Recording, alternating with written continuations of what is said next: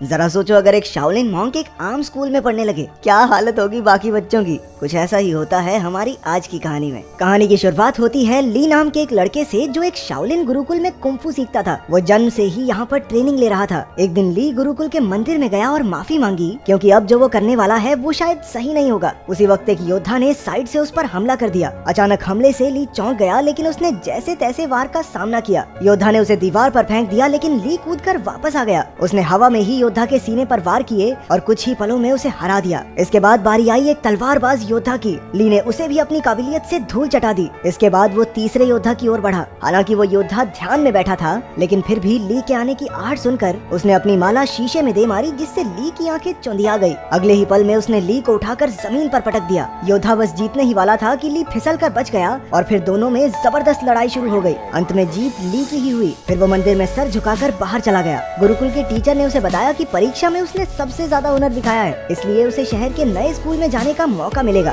शहर में वो 3 लोगों के परिवार के साथ रहेगा, जिसमें 2 बच्चे और एक उनका पिता है। वो आदमी दरअसल एक साइंटिस्ट है जो गुरुकुल के टीचर को जानता था। इसके बाद ली नए शहर की ओर रवाना हो गया। नए स्कूल में एक 15 साल का लड़का फैंग था जो टाइकोंडो का खिलाड़ी था। उसकी छोटी बहन शैन शैन अपने भाई से बेहद प्यार करती थी। स्कूल के टाइकोंडो क्लब को लैन संभालती थी। वो फैंग के मुकाबले देखकर उसे उसकी कमियां बताती थी ताकि वो और बेहतर हो सके। लैन का भाई तो एक नंबर का पेटू था। उसे हर वक्त खाने के सिवा कुछ नहीं सूझता था। वो चारों अच्छे दोस्त थे और आसपास ही रहते थे। दरअसल ली लैन के घर ही रहने आने वाला था। उनके पिता डॉक्टर हैन कड़ी मेहनत से काम में जुटे थे। उसकी पत्नी कई साल पहले गुजर गई थी, तो अब वो काम में मस्त रहता था। वो एक खास डिवाइस तैयार कर रहा था जिस पर शहर के गुंडों की नजर थी। डॉक्टर हैन ने बच्चों को कॉल किया, पर लैन खुश नहीं थी क्योंकि उसके पिता कभी घर ही नहीं आते थे। डॉक्टर हैन ने जल्द ही आने का वादा किया और उन्हें एक तोहफा खोलने को कहा जो उसने घर पर भिजवाया था। असल में उस डब्बे में वही डिवाइस था जो वो गुंडे चुराना चाहते थे। तभी ली ने दरवाजा खटखटाया और लैन उसे अंदर ले आई। वो उसे उसका कमरा दिखाने ले गई और उधर उसके पिता को गुंडों ने बंदी बना लिया। उस गैंग के लीडर लैरी ने डॉक्टर हैन को धमकाकर उससे वो डिवाइस मांगा। डॉक्टर हैन ने कहा कि ऐसा तो कोई डिवाइस है ही नहीं। उसने बताया कि वो तो एआई टेक्नोलॉजी पर काम कर रहा है, जिससे कि उसके बच्चे अपनी माँ की आवाज वाले रोबोट से बात कर सकें। लेकिन लैरी को उस पर विश्वास नहीं हुआ। उसने सीसीटीवी फुटेज से पता लगाया कि वो डिवाइस तो डॉक्टर हैन के घर जा चुका है। फिर लैरी के 2 चेलों ने आगे बढ़कर डिवाइस चुरा कर लाने का जिम्मा ले लिया।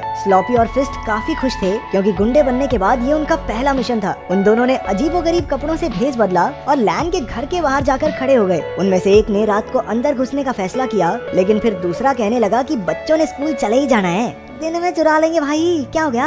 घर में ली नए शहर के तौर तरीके सीख रहा था। उसने लैन को टाइकोंडो मैच देखते हुए देखा तो उसे भी ये खेल दिलचस्प लगा। रात को जब वो ध्यान में बैठा तो यू की वीडियो गेम की वजह से उन दोनों में बहस छिड़ गई, लेकिन जल्द ही दोनों मिलकर वीडियो गेम का मजा उठाने लगे। उधर लैन ने अपने कमरे में जब वो तोहफे का डिब्बा खोला तो उसमें एक पांडा की चेन निकली। वो नहीं जानती थी कि दरअसल ये पांडा वो पेन ड्राइव है जिसके पीछे वो गुंडे कब से पड़े हैं। जब लैन ने बटन दबाया तो पांडा ने उसे पासवर्ड रखने को कहा। तभी लैन ने कहा कि कैसा पासवर्ड, और अनजाने में यही पासवर्ड सेट हो गया। फिर पांडा को ऑन करने पर उसे पता चला कि उसमें उसकी माँ की आर्टिफिशियल इंटेलिजेंस वाली आवाज है। अगली सुबह ली यू और लैन के साथ स्कूल के पहले दिन के लिए निकल पड़ा। उन दोनों गुंडों ने बच्चों को बाहर जाते देखा और अपने प्लान को अंजाम देने का फैसला किया, लेकिन तभी उनमें से एक की नजर उस पैंडा की चेन पर पड़ी जो लैन ने अपने बैग से टांग रखा था। अब उन्होंने लैन से वो डिवाइस छीनने का प्लान बनाया। रास्ते में लैन ने ली को फैंग से मिलवाया। उसी वक्त एक गुंडे ने चुपके से की चेन चुरा ली और वहाँ से भाग गया। तभी ली ने उसे देख लिया और अपनी फुर्ती दिखाते हुए उसने गुंडे को झट से पकड़ लिया। तभी फैंग भी उसका साथ देने आ गया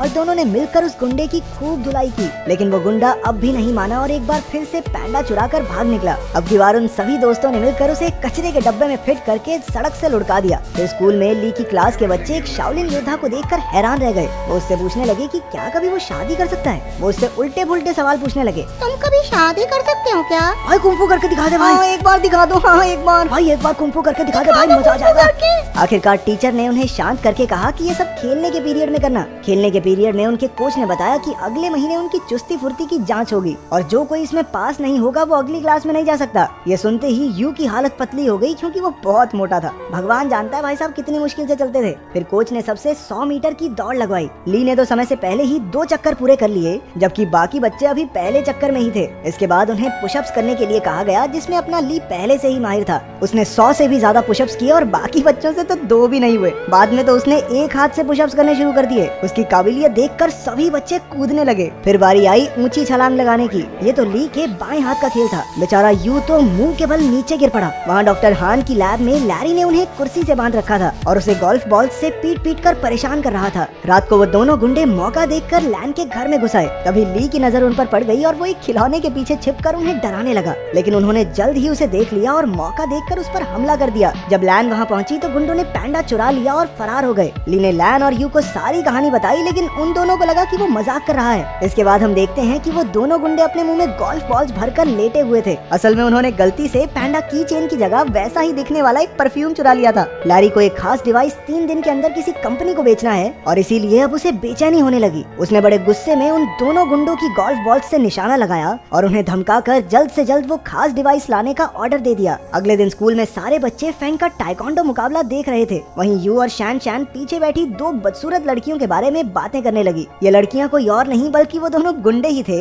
जो भेस बदल कर वहाँ आए थे। उन्हें लैन के बैग पर वो पैंडा दिखाई दिया और दोनों उसे चुराने के लिए सही मौके का इंतजार करने लगे। उसी वक्त ली ने फैंग को एक मुकाबले की चुनौती दी। इस मजेदार मुकाबले को देखने के लिए सभी बच्चे भागकर आगे चले गए। अब सही मौका देखकर गुंडों ने बैग से पैंडा चुराने की कोशिश की, लेकिन इस चक्कर में उनके नकली बाल वहीं फंस गए। उधर मुकाबले में फैंग और ली में जबरदस्त टक्कर हो रही थी। दोनों ही एक दूसरे पर भारी पड़ रहे थे। आखिरकार दोनों ने एक दूसरे को ना मारने का फैसला किया और मुकाबला खत्म हुआ। उसी वक्त सबने पीछे मुड़कर उन दोनों गुंडों को पहचान लिया। बच्चों ने मिलकर उन पर हमला बोल दिया, लेकिन इस बार वो एक बच्ची को मारने की धमकी देकर पैंडा डिवाइस लेकर भाग गए। फिर बच्चे मिलकर प्रिंसिपल के पास गए और पुलिस को बुलाकर सारा माजरा समझाया। वहीं ली खुद को इस सब का जिम्मेदार समझ रहा था, क्योंकि अगर उसने फैंग को चुनौती नहीं दी होती तो लैन अपने बैग से दूर ही न जाती। लेकिन बाकी बच्चों ने उसे दिलासा दिया कि ऐसा नहीं सोचना चाहिए। आखिरकार लैरी के हाथ वो डिवाइस लग गया और उसके जरिए उसने कंप्यूटर पर एक प्रोग्राम चलाया, लेकिन उसे इस्तेमाल करने के लिए पासवर्ड की जरूरत थी, ये वो नहीं जानता था। उसने कुछ प्रोग्रामर्स को बुलाकर लॉक खोलने के लिए कहा, लेकिन पूरा दिन बीतने पर भी कुछ हाथ नहीं लगा। अब लैरी के गुस्से की सभी हदें पार हो गई थी। तभी उसने डॉक्टर हैन के फोन पर उसकी बेटी का मैसेज देखा। लैन चाहती थी कि उसके पिता उसके जन्मदिन के लिए कल घर आ जाएं। लैरी ने डॉक्टर हान की तरफ से कल पार्टी में पहुंचने का वादा कर दिया। अगले दिन लैन और उसके दोस्त जन्मदिन की पार्टी की तैयारी कर रहे थे। बाकी सब लैन को घर में अकेला छोड़कर उसके लिए तोहफे लेने गए। तभी लैन को उसके पिता का मैसेज मिला कि वो घर के बाहर आ गया है, लेकिन जैसे ही वो बाहर निकली उसे किसी ने अगवा कर लिया और गाड़ी में डालकर ले गया। उसी वक्त ली और उसके दोस्तों ने लैन को वैन में देखा